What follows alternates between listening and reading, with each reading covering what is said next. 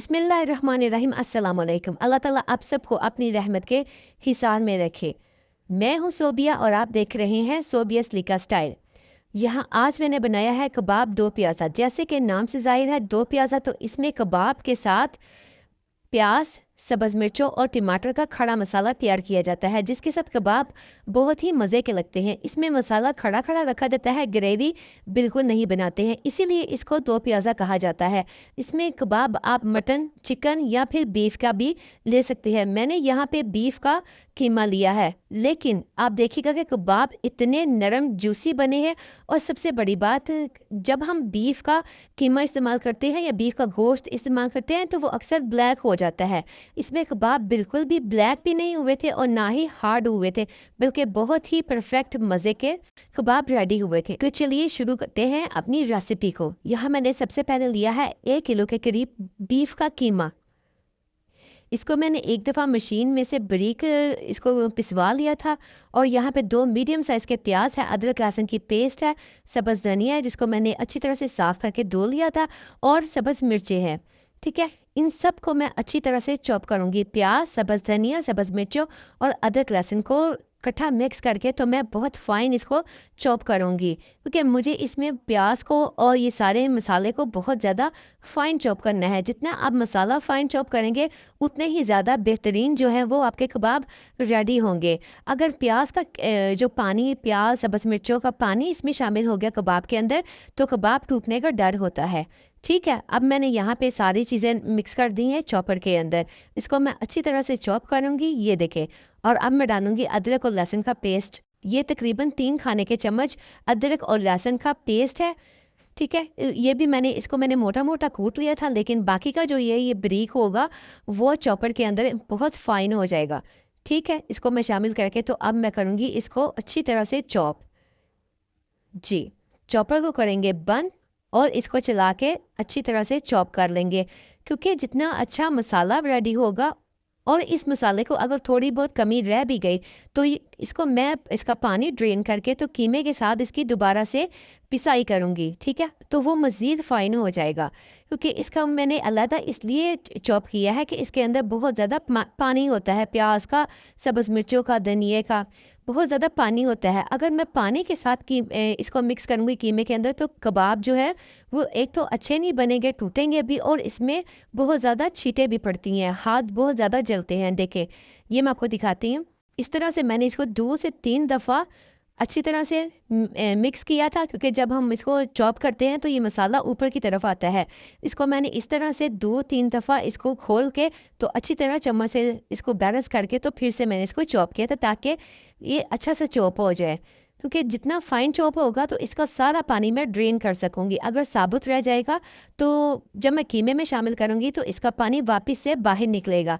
ठीक है, अच्छी तरह से चॉप करने के बाद ये देखिए जी, मैंने लिया है यहाँ पे मलमल का कपड़ा, उसको डबल किया है, और यहाँ पे मैं इसको करूँगी ड्रेन। अभी मैं जब इसको ड्रेन करूँगी तो आप देखिएगा कि इसके अंदर कितना पानी होता है प्याज का। और वैसे भी गर्मियों के प्याज में पानी बहुत ज़्यादा होता है। ठीक है, सर्दियों के प्याज में पानी इतना नहीं होता जितना गर्मियों वाले प्याज में पानी होता है। अब मैं मलमल के कपड़े के अंदर इसको सारा डाल के तो अच्छी तरह से इसका सारा पानी ड्रेन कर लूँगी। ठीक है, ये देखें जी, इसको करेंगे इकट्ठा। इकट्ठा करने के बाद तो मैं आपको दिखाती हूँ कितना इसके अंदर पानी मौजूद है। जी, इसको अच्छी तरह से हम ड्रेन करेंगे। इस तरह से ये देखें कितना पानी है इसके अंदर। और ये पानी जब हम इसको कबाब को फ्राई करते हैं तो इसके इतना ज़्यादा निकलता है, जिससे बहुत ज़्यादा छींटे भी पड़ती हैं। ठीक है, अब जब मैं इसको फ्राई करूँगी, शैलो फ्राई करूँगी कबाब को, तो देखिएगा कि कबाब जो जलने की स्मेल होती है या धुआं होता है कबाब को फ्राई करते हैं, वो भी नहीं होगा। अब मैं उसी चॉपर के अंदर कीमे को डालूँगी। कीमा मैंने पहले भी एक दफ़ा मशीन से ही निकलवाया था। अब मैं इसको करूँगी मज़ीद इसको ग्राइंड करूँगी। ठीक है, ताकि ये अच्छा सा ग्राइंड हो जाए। जैसे जैसे कीमा ग्राइंड होगा तो आप देखिएगा कि इसका कलर कितना चेंज हो गया है। ये लाइट टोन में जाता जाएगा, जितना कीमा पिसता जाएगा उतना ही ये लाइट टोन में आता जाएगा। ये निशानी होती है बेस्ट कबाब के लिए, जो हम कीमा या चिकन का या मटन का तैयार करते हैं। ये देखें, तो उसमें उतना ही वो लाइट टोन की तरफ चला जाएगा।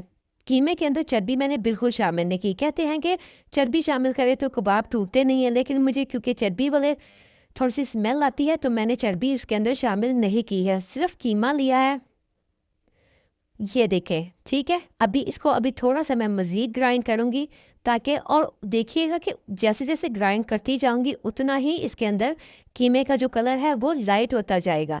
अब मैं डालूँगी इसके अंदर मसाले। ये है लाल मिर्च, तकरीबन 1 खाने का चम्मच, ये इसके अंदर मैं शामिल कर दूँगी। ये है नमक, ये भी 1 खाने का चम्मच है, ये भी इसके अंदर शामिल कर देंगे। ये सारे मसाले तकरीबन 1 खाने के चम्मच। लाल कुटी मिर्च है 1 खाने का चम्मच, ये भी इसके अंदर जाएगा, क्योंकि बाद में भी हम थोड़ा सा मसाला डालेंगे। सूखा धनिया है 1 खाने का चम्मच, ये इसके अंदर जाएगा, ठीक है। और यहाँ पे है काली मिर्च, पिसी हुई काली मिर्च, वो है, ये 1 खाने के चम्मच से थोड़ी सी कम है।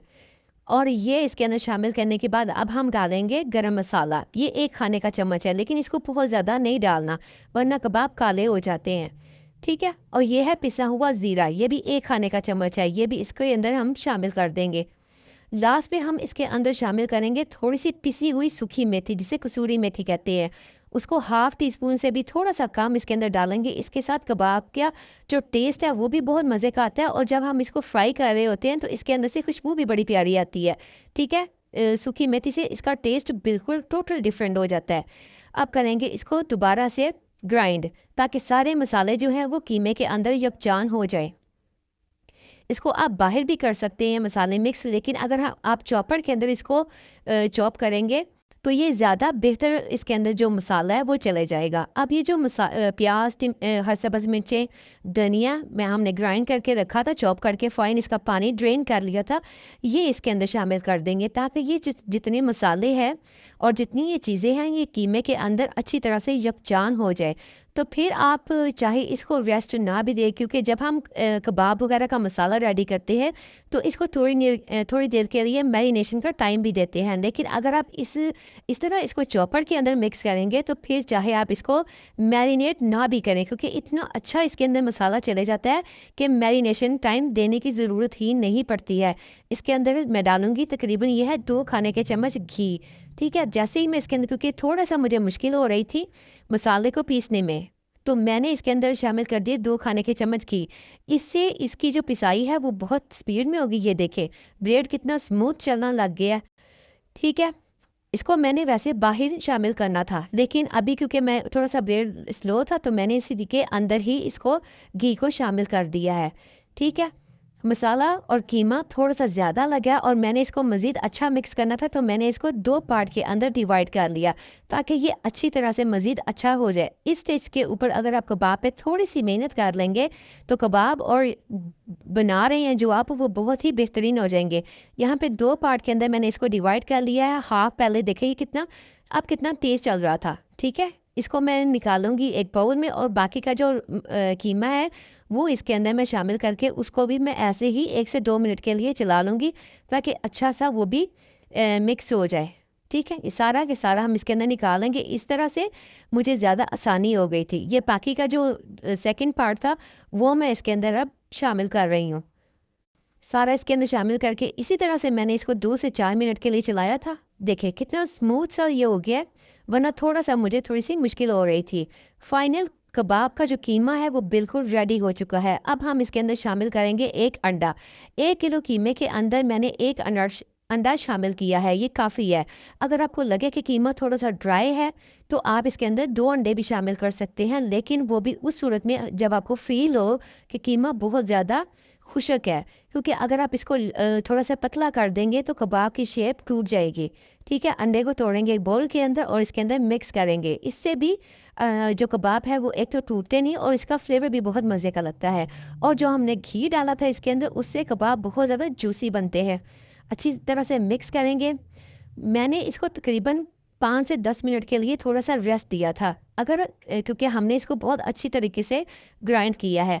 अगर आप इसको थोड़ा सा रेस्ट ना भी दें तो भी आपके कबाब बहुत ही बेस्ट बनेंगे, और आप इसको जैसे भी जितना भी फ्रीली कुक करेंगे ये बिल्कुल टूटेंगे नहीं। यहाँ मेरे पास है एक किचन का ब्रश, इसके ऊपर मैं लगाऊंगी थोड़ा सा पानी, और यहाँ पे मैं लूँगी हाथ पे थोड़ा सा कीमा, उसको बैलेंस करके थोड़ा सा दबा के, ये देखिए मैंने इसको बैलेंस कर लिया इवन करके। तो मैं ये ब्रश के बैक साइड पे, ये देखिए हाथों की मदद थोड़ा सा दबा लेंगे तो वो जो इसके अंदर एयर है वो निकल जाएगी, यहाँ से इवन करके तो यहाँ ब्रश के बैक साइड पे मैंने इसको लगा के कबाब की शेप दे लूँगी इसको। ठीक है, इससे क्योंकि ये अंदर से बहुत ज़्यादा हाली हो जाएंगे तो बहुत ज़्यादा नरम और जूसी बनते हैं। मैं जब भी बीफ के कबाब बनाती हूँ तो मैं इसी तरह से बनाती हूँ, जैसे ये अंदर से हाली हो ताकि ये थोड़े से नरम बने। ये देखिए कितनी परफेक्ट शेप आई है, जैसे बिल्कुल मैंने इसको सीख के ऊपर सेट किया है। इसी तरह से मैं एक और कबाब आपके सामने रेडी करूँगी और बाकी के कबाब मैं बाद में इसको सारे बना लूँगी। ठीक है, अभी थोड़ा सा कीमा हम वापस लेंगे दोबारा से और उसी तरह से हाथ पे मैं लेके तो इसको देखिए थोड़ा सा मैंने पानी लगाया है। वैसे क्योंकि अगर ग्लव्स पहने तो कीमा आपके हाथ पे बिल्कुल भी चिपकता नहीं है, लेकिन क्योंकि मुझे स्टिक के ऊपर लगाना था, ये ब्रश के ऊपर, इसको मैंने थोड़ा सा गीला किया ताकि जब मैं इसको उतारूँ स्टिक से ब्रश से तो ये बहुत आराम से उतर जाए और टूटे भी ना।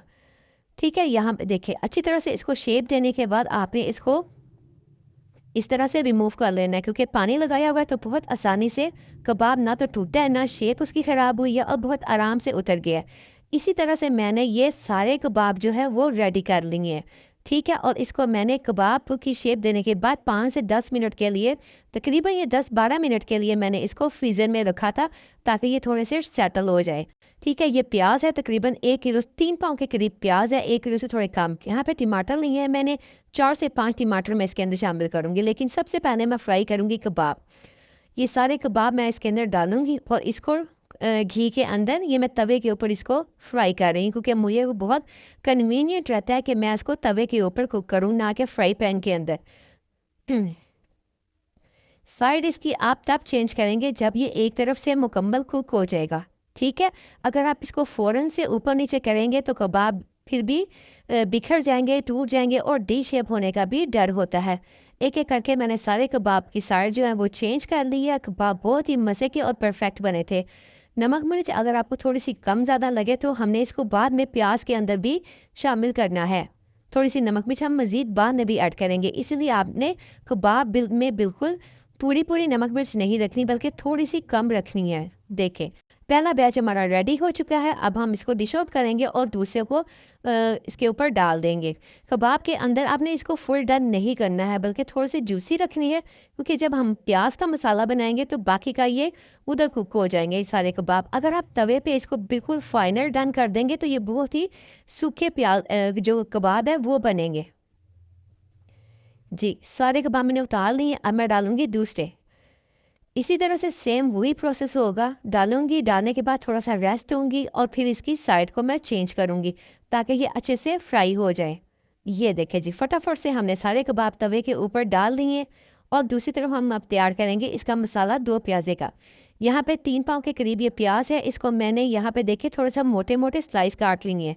इसके बहुत बारीक स्लाइस नहीं काटे वरना वो बहुत ही मैसी सी इसकी हो जाएगी, खड़ा खड़ा प्याज बिल्कुल नहीं आएगा। इसको हम घी के अंदर, घी डाला है उसके अंदर, देसी के अंदर, उसके अंदर इसको थोड़ा सा भूनेंगे, लेकिन इसके ऊपर गोल्डन कलर नहीं आने देना आपने और अनकवर करके इसको कुक करना है। टमाटर से बस मिर्ची डाल दी है इसके अंदर और उसको भी हमने बिल्कुल भी कवर नहीं करना, इसी तरह से मिक्स करना है। आधा कच्चा पक्का हमने रखना है। फिर मसाले शामिल करेंगे इसके अंदर, सूखा धनिया, ज़ीरा, लाल मिर्च, कुटी लाल मिर्च, हल्दी और नमक, ये इसके अंदर जाएगा। और ये देखें जी, इसको मिक्स करेंगे हम।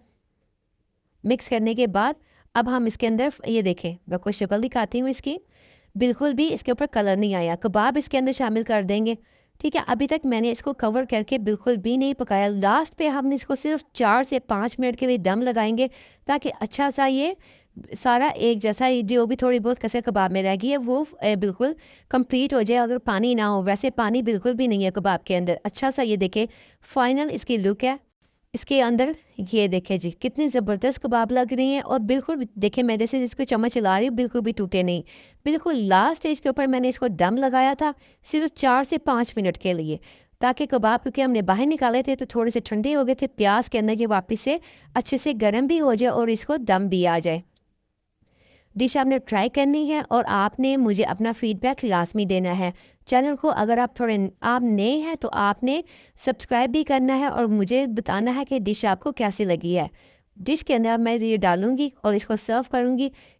नान के साथ खाएं, रोटी के साथ खाएं, बहुत ही मज़े के लगते हैं और बहुत ज़्यादा मसाला मैंने इसके अंदर नहीं बनाया है। देखिए खड़े खड़ा सा मसाला है, प्याज, टमाटर, सब्ज़ मिर्चों का बहुत ज़्यादा मैंने इसको अंदर ग्रेवी वाली नहीं बनाई, इसीलिए तो इसको दो प्याज़ा कहा जाता है। दुआओं में याद रखिएगा और अपना फीडबैक देना मत भूलिएगा।